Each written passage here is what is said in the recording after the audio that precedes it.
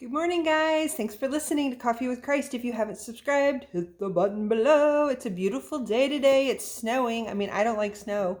So for those of you who like snow, it's a beautiful day. I am going to be out of this book like I did yesterday, 50 Women Every Christian Should Know. And I love it because, I've just enjoyed it. It's like some obscure people that I've never heard of. So today I'm going to do Hasseltine Judson. And so she was basically America's first female missionary. And she went to Burma. And so I want to start out, I'm going to read this little chapter or this little paragraph. It says, "Go then and do all in your power to enlighten their minds and bring them to the knowledge of the truth," the Reverend advised the young girl sitting before him in the pew. "Teach them that they have immortal souls."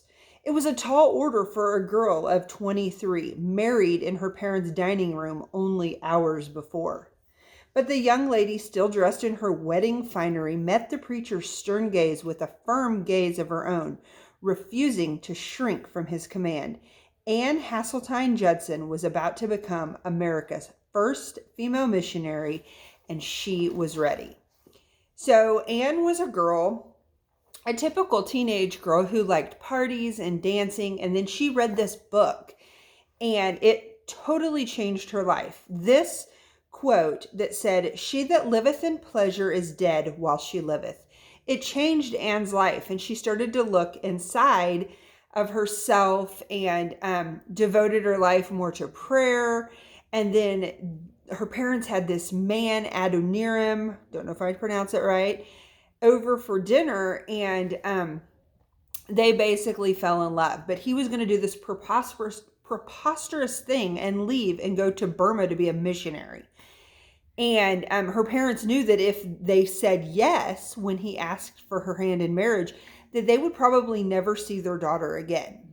But they said yes. She got married, and 18 months it took her when they set sail from Massachusetts to finally get to Burma.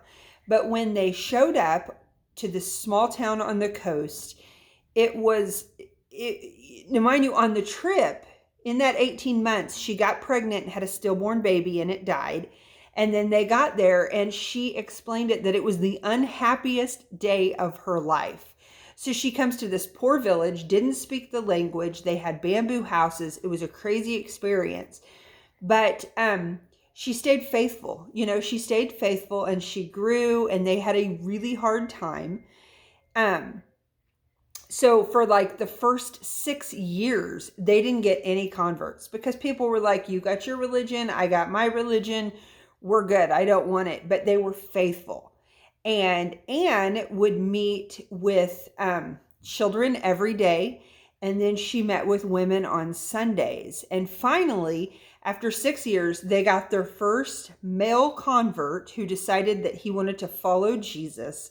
And then shortly after that, they had a female convert, which was the first female in Burma to want to follow Jesus. And those were huge things. But when you think of the time, this is years and years of hard work, learning a language, living in ways that just wasn't very great. But she was faithful.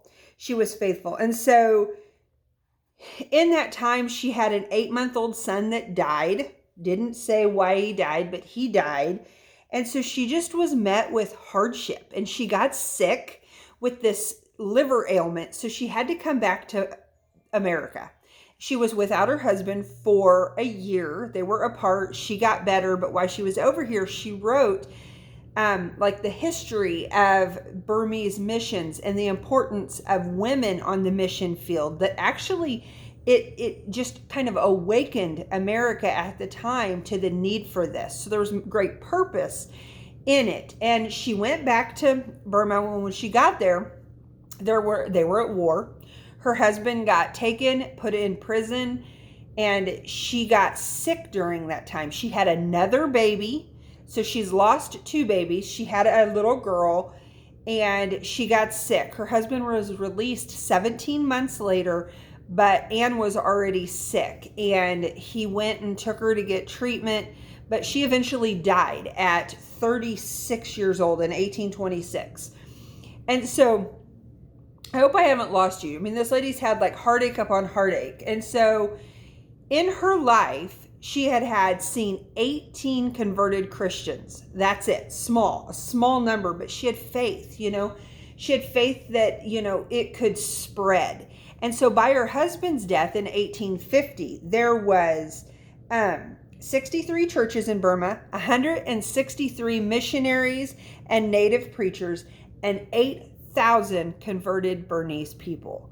And so Anne had faith. She had to endure in the hard stuff. And so whatever you're going through today that's hard, let your faith arise when you hear Anne's story, that she was faithful just to stay the course. Maybe what you're putting your hand to doesn't look like it has a bunch of fruit, but I am telling you, God sees that, and it will reproduce and bear much fruit. So hang in there. I hope that learning about Anne Judson just encourages you, and I will talk to you tomorrow.